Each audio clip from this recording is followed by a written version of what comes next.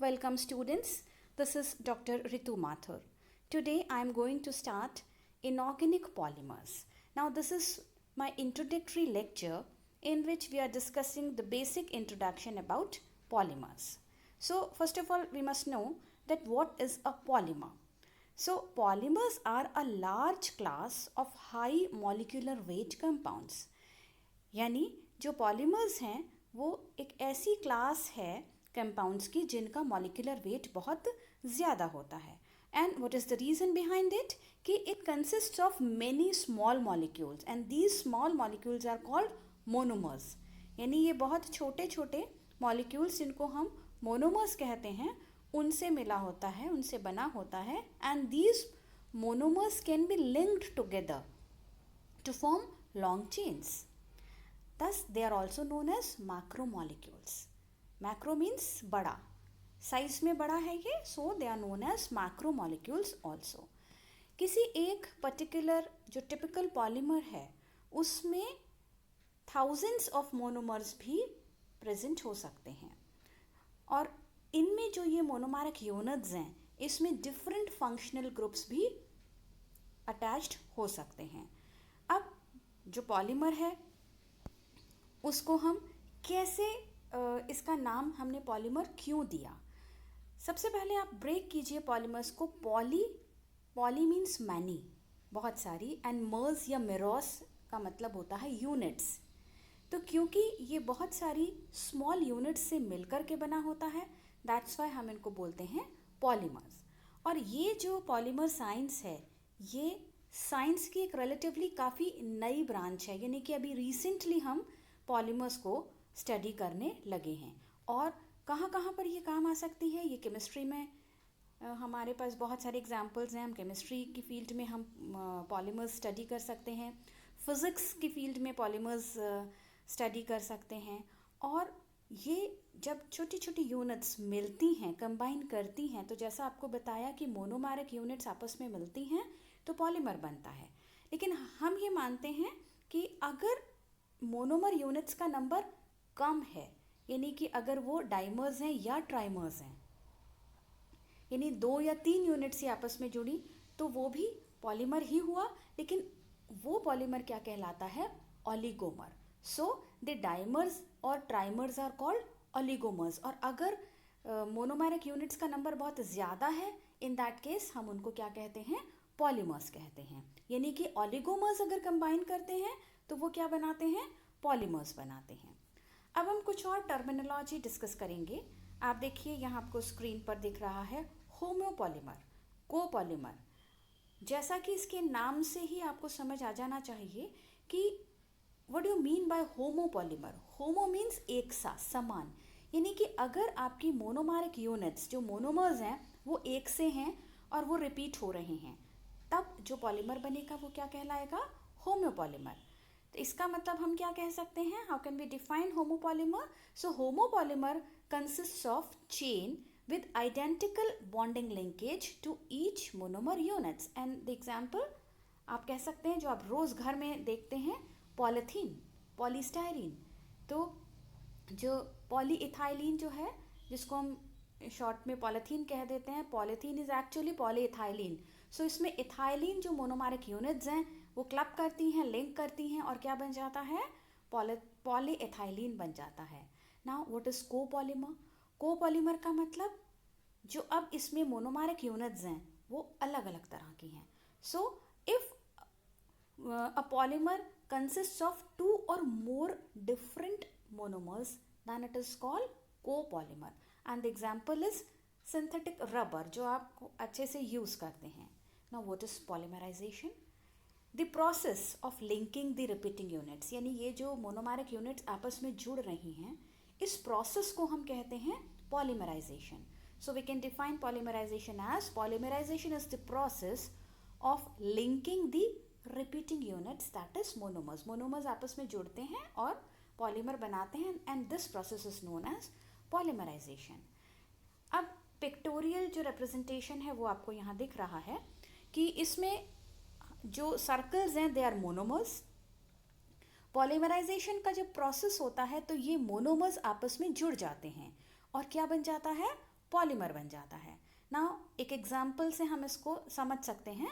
यहाँ हमने एथिलीन के मॉलिक्यूल्स दिए हुए हैं, 1 2 3 एंड 4 आपको एथिलीन यहाँ पर मॉलिक्यूल्स दिख रहे हैं। CH2 double bond CH2 is ethylene, और जब इसमें पॉलीमराइजेशन होता है तब ये जो डबल बॉन्ड है ये ब्रेक होकर के सिंगल बॉन्ड हो जाएगा और दोनों तरफ कार्बन की एक एक वैलेंसी फ्री हो जाएगी और वो दूसरे एथिलीन मॉलिक्यूल के कार्बन के साथ लिंकेज कर लेगा और पॉलीथीन बन जाएगा। तो यहाँ हमने N की वैल्यू 4 आपको शो की है, लेकिन ये प्रोसेस चलता चला जाता है और बहुत सारे एथिलीन के जो मॉलिक्यूल्स हैं वो इस पर अटैच होते जाते हैं, लिंक होते जाते हैं और पॉलीइथाइलिन का फॉर्मेशन हो जाता है। अब आप यहाँ देख रहे हैं, ये हमने ग्राफिकल रिप्रेजेंटेशन किया है जो कुछ भी अभी हमने आपको बताया। सो पॉलीमर क्या है? This is a Greek word. Greek word polymer को हमने 2 पार्ट्स में बांटा है, पॉली एंड मर्स या मेरोस। पॉली का मतलब मैनी एंड मेरोस मीन्स पार्ट्स। तो अब जब ये मैनी पार्ट्स आपस में मिलते हैं तो वो हम क्या कहते हैं? That is called polymer. अब पॉलीमर्स को बेसिकली हम 2 पार्ट्स में डिवाइड कर सकते हैं। ये क्लासिफिकेशन का पार्ट नहीं है, क्लासिफिकेशन हम डिटेल में अलग से डिस्कस करेंगे, लेकिन यहाँ हमने पॉलीमर को 2 पार्ट्स में डिवाइड किया। एक है नेचुरल पॉलीमर और दूसरा क्या है? Synthetic polymer. तो आप समझ सकते हैं कि नेचुरल पॉलीमर क्या होगा, जो कि नेचर से हमको मिल रहा है, और सिंथेटिक है जो कि हम सिंथेसाइज कर सकते हैं, संश्लेषित कर सकते हैं, बना सकते हैं लेबोरेटरी में। सो नेचुरल पॉलीमर क्या है? दैट अकर्स इन नेचर, जो नेचर में अकर करता है। एंड कहाँ से मिलता है? It is produced from living organisms. Living organism से हम पॉलीमर जो बना सकते हैं वो कहलाता है नेचुरल पॉलीमर। और सिंथेटिक पॉलीमर क्या होगा कि इसमें हम इसको सिंथेसाइज कर सकते हैं लेबोरेटरी में। तो मोनोमर्स की जो यूनिट्स हैं वो आपस में लिंक करेंगी, पॉलीमराइजेशन का प्रोसेस होगा और एक पॉलीमर बन जाएगा। अब हम कैसे डिफाइन कर सकते हैं पॉलीमर को? कि polymers are very large molecules. These are the macro molecules जो कि हम अभी पढ़ चुके हैं। So these are very large molecules made when hundreds or thousands of monomers join together to form long chains। अब आप यहाँ देख रहे हैं कि एक एग्जाम्पल के लिए ये हमने लॉन्ग चेन दिखाई है और इसके अंदर जो सर्कल्स दिख रहे हैं दीज आर मोनोमर्स, और इनके जुड़ने से जो कुछ बना वो क्या कहलाएगा? पॉलीमर। और ये जो एग्जाम्पल है वो पॉलीब्यूटाडाइन का एग्जाम्पल शो किया है, यानी कि ब्यूटाडाइन के मॉलिक्यूल्स आपस में जुड़ते चले जा रहे हैं। और कितने जुड़ रहे हैं? ये 4000 तक जुड़ गए हैं, यानी आप इससे ये समझ सकते हैं कि ये कितना बड़ा मॉलिक्यूल बन जाता है। अब हम बात करते हैं पॉलीमराइजेशन की। What is polymerization? ये अभी अभी आपको मैंने पहले बताया कि जिस प्रोसेस से मोनोमर्स लिंक करके पॉलीमर बनाते हैं that process is known as polymerization. तो अब हम यहाँ देखते हैं कि हम कैसे इसको डिफाइन कर सकते हैं। The process by which the monomer molecules are linked to form a big molecule is called polymerization and the molecule formed is known as polymer. Now polymerization is a process of bonding monomers, यानी कि it is a process जिसमें कि monomers में bonding होती है, या हम ये कह सकते हैं कि जो सिंगल यूनिट्स हैं वो आपस में क्लब करती हैं और लॉन्ग चेन बनाती हैं। अब नेक्स्ट जो टर्म है that is degree of polymerization. अभी अभी आपको ये बताया कि पॉलीमर बनने के लिए मोनोमर्स की यूनिट्स क्लब करती हैं। अब उन मोनोमर यूनिट्स का नंबर कितना है, that number is called degree of polymerisation.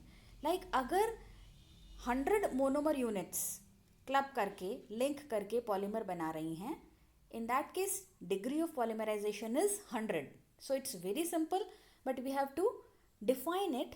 कैसे डिफाइन करेंगे कि number of repeating units in the polymer chain formed is called the degree of polymerization and we can denote it by n। Small n से हम इसको denote कर सकते हैं।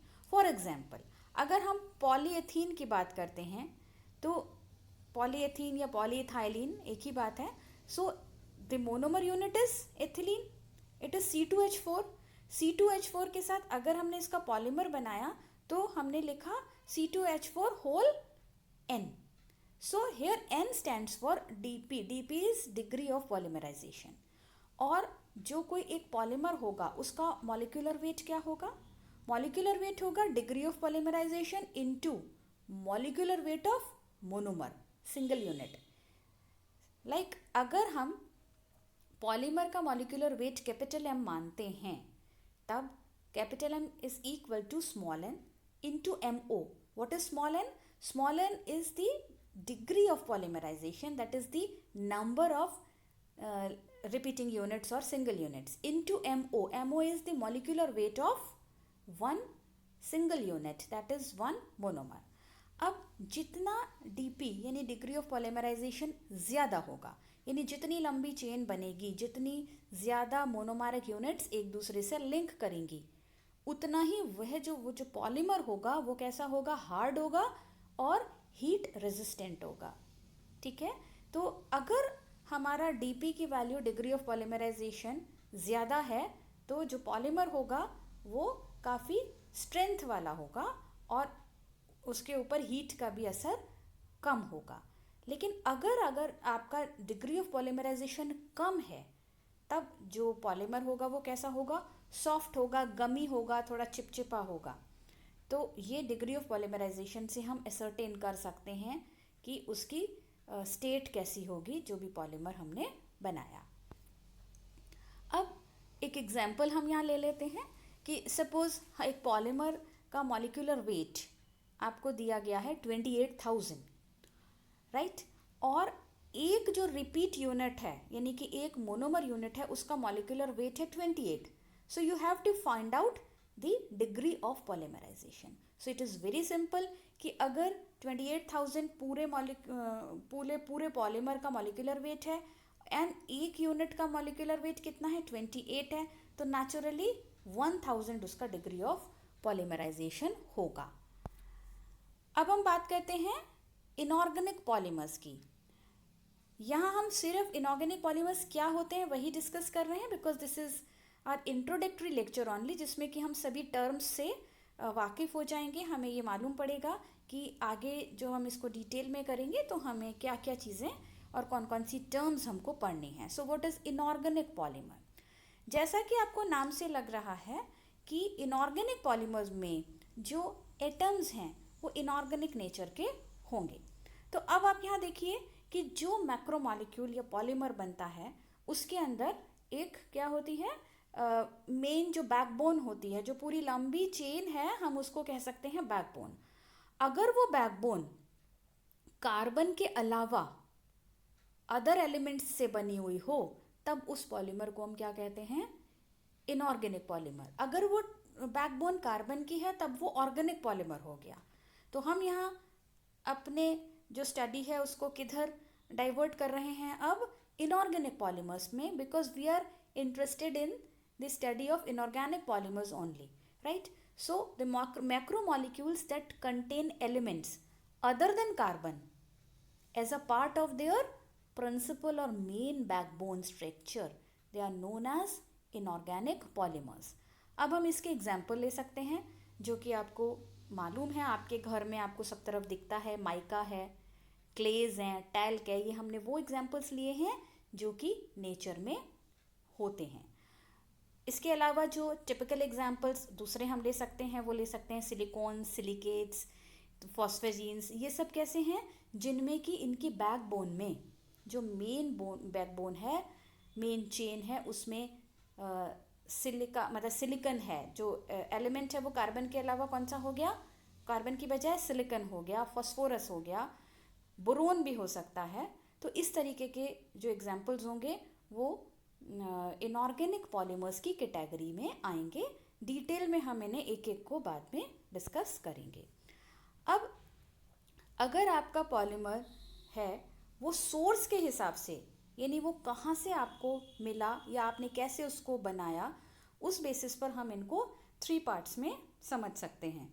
Again I will tell you कि जो हम पॉलीमर्स यहाँ ये देख रहे हैं ये क्लासिफिकेशन का पार्ट नहीं है, क्लासिफिकेशन हम डिटेल में अलग से डिस्कस करेंगे, सिर्फ टर्म्स में आ जाएं कि अगर नेचुरल है, सेमी सिंथेटिक है और सिंथेटिक है।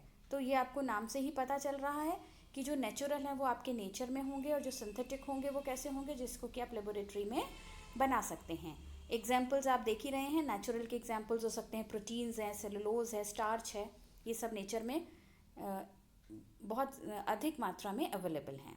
सेमी सिंथेटिक के अंदर रेयॉन्स हो गए, सेलुलोज हो गया, सेलुलोज का नाइट्रेट हो गया, तो ये कैसा हो गया, सेमी सिंथेटिक, यानी कि कुछ नेचुरल और कुछ उसमें हमने कुछ पार्ट उसको लेबोरेटरी के अंदर सिंथेसाइज कर लिया। एंड सिंथेटिक जो कि प्योरली सिंथेटिक हैं, फॉर एग्जांपल नायलॉन है, बूना एस है, तो ये सब एग्जांपल्स आपके सिंथेटिक में आ गए। अब हम बात करते हैं शॉर्ट में नेचुरल पॉलीमर्स की। सो नेचुरल पॉलीमर्स जो हैं एंड देयर डेरिवेटिव्स, और उनके जो डेरिवेटिव्स हैं वो हम कहाँ यूज़ कर सकते हैं, मेडिसिन्स में काम आते हैं, फार्मेसी में बहुत ज़्यादा काम आते हैं। So they are very helpful and very important, हमारे लिए, हमारे सोसाइटी के लिए बहुत इम्पॉर्टेंट हैं। और ये जो इनका स्पेशल पार्ट है नेचुरल पॉलीमर्स का, वो क्या है कि दीज पॉलीमर्स आर बायोडिग्रेडेबल। सो हम इनको हाइड्रोलाइज कर सकते हैं और हाइड्रोलाइज करने के बाद में इनको जो इसके जो छोटे छोटे पार्ट्स बनेंगे वो रिमूवेबल हैं and they are non toxic.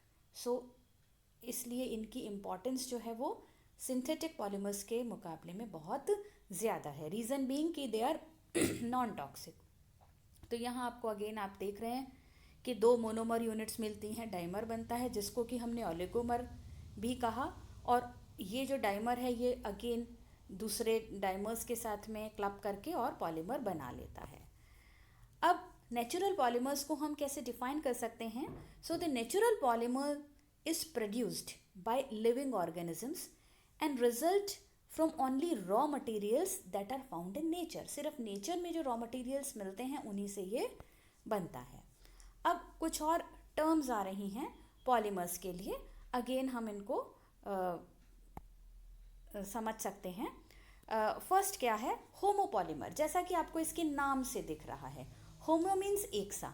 तो यहाँ पर जो आपकी बैकबोन है आपको दिख रहा है, इसके अंदर जो मोनोमरिक यूनिट है वो उसको हमने ए से रिप्रेजेंट किया है और केवल एक ही टाइप का मोनोमर इसके अंदर आपको दिख रहा है। इस तरह का पॉलीमर क्या कहलाता है, होमोपॉलीमर। Then copolymer. अब कोपॉलीमर कैसा हो सकता है, जिसके अंदर जो रिपीटिंग यूनिट्स हैं यानी कि जो मोनोमरिक यूनिट्स हैं they are different. Then random copolymer. अब ये जो कोपॉलीमर है ये कई तरह के हो सकते हैं, क्योंकि अगर रिपीटिंग यूनिट्स डिफरेंट हैं तो उनका ज़रूरी नहीं है कि एक ही स्टाइल और एक ही तरीका हो जुड़ने का। अब आप देखिए रैंडम पॉलीमर। रैंडम का क्या मतलब है कि suppose we have 2 monomeric units A and B. अब ये किसी भी, जैसी उसकी इच्छा होगी, पॉलीमर के अंदर जो मोनोमरिक यूनिट्स हैं वो वैसे ही जुड़ जाएगा। यानी 2 बार ए आ गया, देन एक बार बी आ गया, फिर एक बार ए आ गया, फिर 2 बार बी आ गया, यानी इनका कोई सीक्वेंस नहीं है, कोई एक पर्टिकुलर सीक्वेंस फॉलो नहीं कर रहे। सो ये क्या कहलाते हैं, रैंडम कोपॉलीमर्स। ना ऑल्टरनेटिंग कोपॉलीमर्स। ऑल्टरनेटिंग कोपॉलीमर्स का मतलब अगर 2 तरह की मोनोमरिक यूनिट्स हैं तो एक के बाद एक दूसरी यूनिट आती जाएगी, यानी ए बी इस तरह से होगा। Then block copolymer. Block copolymer क्या होगा कि हमारा जो भी मोनोमरिक यूनिट्स हैं, जैसे ए है और बी है, तो पहले ए के 5-6 मोनोमर्स जुड़ जाएंगे, देन उसके बाद में बी के उतने ही मोनोमर्स जुड़ जाएंगे, अगेन फिर ए के मोनोमर्स का एक पूरा ग्रुप आ जाएगा, एक सीक्वेंस आ जाएगा। सो वी कैन से कि long sequences of a monomers के लॉन्ग सीक्वेंस हैं, they are followed by long sequences of another monomer. पहले ए का एक सीक्वेंस आ जाएगा, देन बी का आ जाएगा, तो इस तरह से ये कहलाएगा ब्लॉक, पूरा का पूरा ब्लॉक आ गया। देन कोपॉलीमर का जो हमने लास्ट पार्ट ले रहे हैं वो है ग्राफ्ट पॉलीमर। तो ग्राफ्ट पॉलीमर क्या हुआ कि जो आपकी मेन चेन है, जो मेन बैकबोन है, वो तो एक तरह के मोनोमर से बनी हुई है और जो ब्रांचेस हैं वो दूसरे मोनोमर से। यानी यहाँ आप यहाँ देख रहे हैं कि मोनोमर ए से बैकबोन है और जो साइड चेन्स हैं वो किससे बनी है, मोनोमर बी से। तो इस तरह से हम ये देख सकते हैं कि 2 तरह के मोनोमर्स हो गए, 2 तरह के पॉलीमर्स हो गए, homopolymers and copolymers. Again copolymers को हमने फर्दर क्लासिफाई किया रैंडम, अल्टरनेटिंग, ब्लॉक